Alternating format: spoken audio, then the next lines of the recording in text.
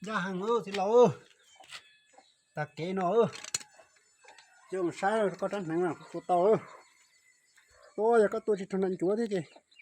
có tôi cỏ mét nữa bây giờ không cỏ chim mét nữa ta có tôi cỏ mét nữa có chơi một cái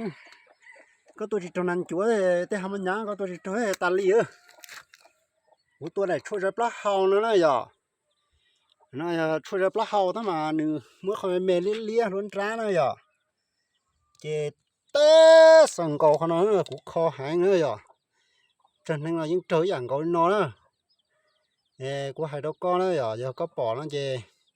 sao có chơi nhỏ nó nữa giờ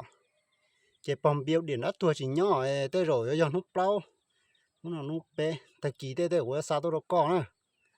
giờ có bỏ của ra video nó chế bắt chia sẻ thế đăng ký đồ cũ nữa giờ